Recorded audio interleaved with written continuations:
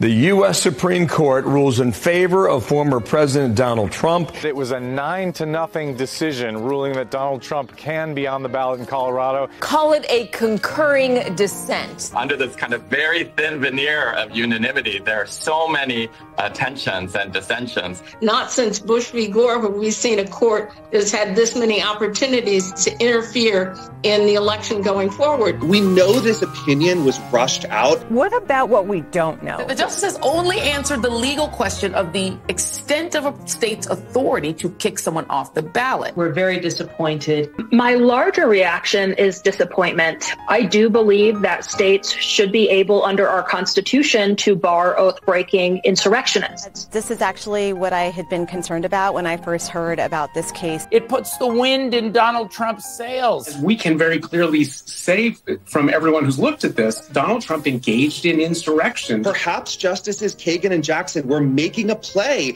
to John Roberts, to Brett Kavanaugh, to try to cobble together a different majority that would have issued a much narrower holding. Unfortunately for America, the court isn't necessarily wrong that this is the way the framers wanted it to be. You can't save the people from themselves. Ultimately, it will be up to the American voters to save our democracy in November.